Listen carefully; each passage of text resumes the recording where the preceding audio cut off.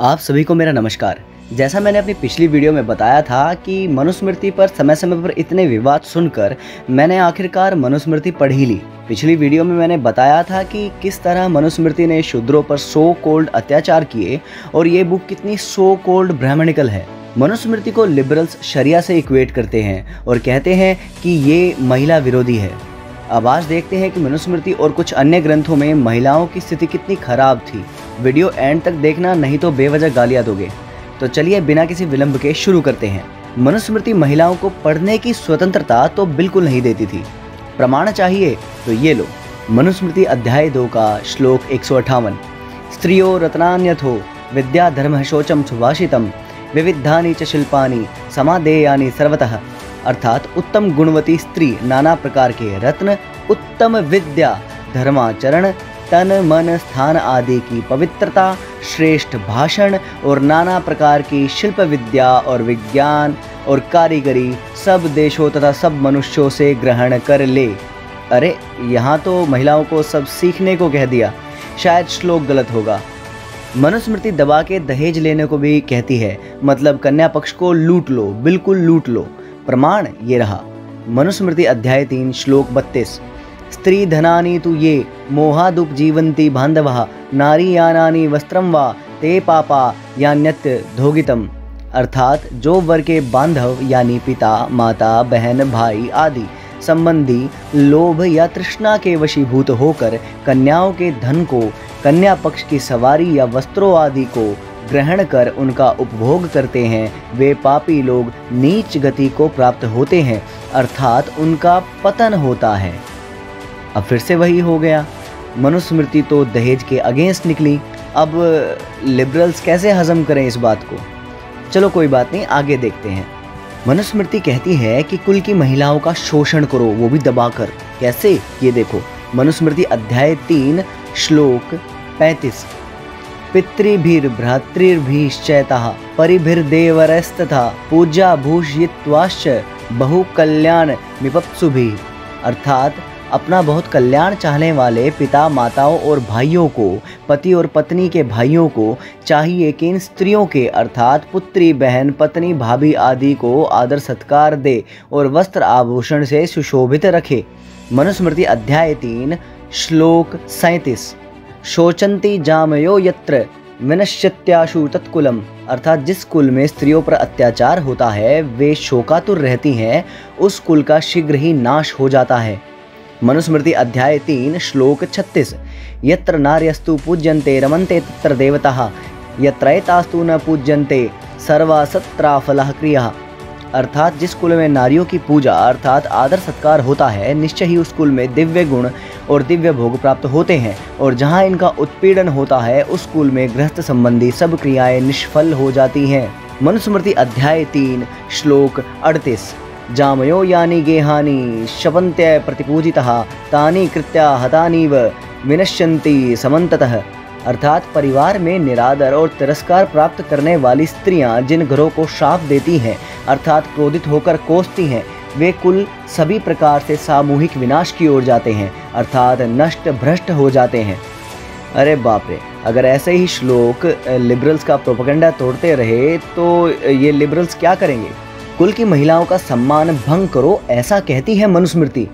इसका प्रमाण भी है। मनुस्मृति अध्याय 3 श्लोक 31। तस्मादेता सदा पूज्या भूषणाच्छा दनाशनः भौतिका मैर नैर्नित्यम सत्कारेषु स्वेषु च। अर्थात उस कारण से अपनी नित्य समृद्धि सफलता चाहने वाले मनुष्यों को सत्कार के अवसरों पर स्त्रियों का आभूषण, वस्त्र, खान पान आदि से सदा आदर करना चाहिए।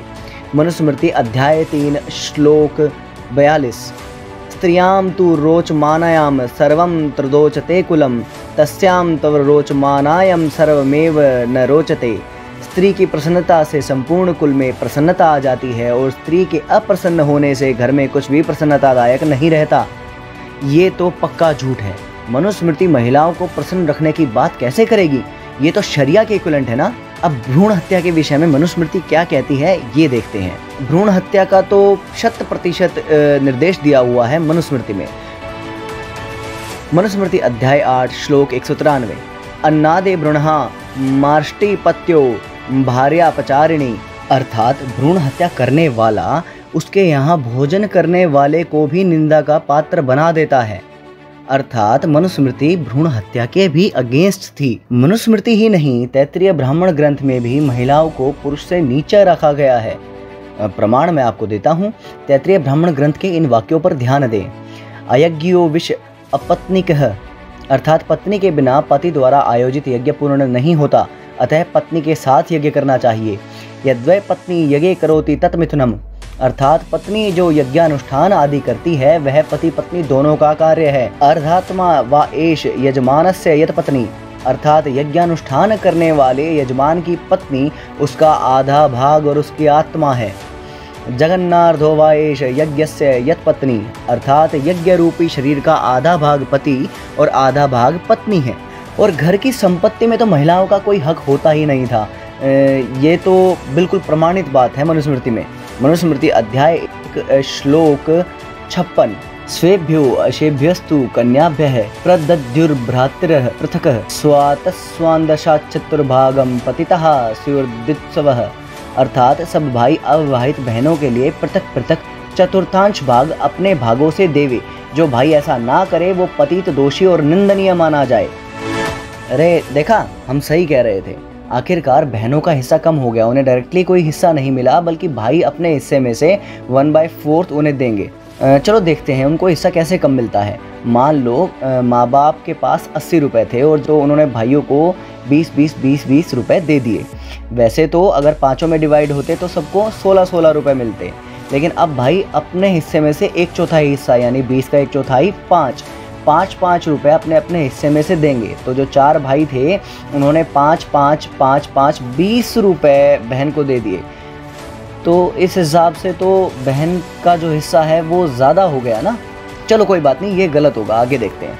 मनुस्मृति अध्याय श्लोक 61, यथैवात्मा तथा पुत्रेण दुहिता समा यस्यामात्मनिः तिष्ठन्त्याम कथमन्यो धर्म हरेत, अर्थात जैसे अपनी आत्मा है वैसा ही पुत्र होता है। अर्थात पुत्र माता पिता का अंग रूप होता है और पुत्र जैसी ही आत्म रूप पुत्री होती है। उस आत्म रूप पुत्री के रहते हुए कोई दूसरा धन को कैसे ले सकता है। मनुस्मृति अध्याय श्लोक 70, जनन्याम संस्थितायाम तु समम सर्वे सहोदरः भजेरन्मातृकं रिक्थम भगिन्यश्च सनाभयः, अर्थात माता के मर जाने पर सब सगे भाई और सब सगी बहनें माता के पारिवारिक धन को बराबर बराबर बांट लें। इस पैट्रियार्की से भरी बुक में ऐसी बातें ये लिबरल्स तो बिल्कुल नहीं मानेंगे। अब मानो या ना मानो, सत्य तो सत्य ही रहेगा।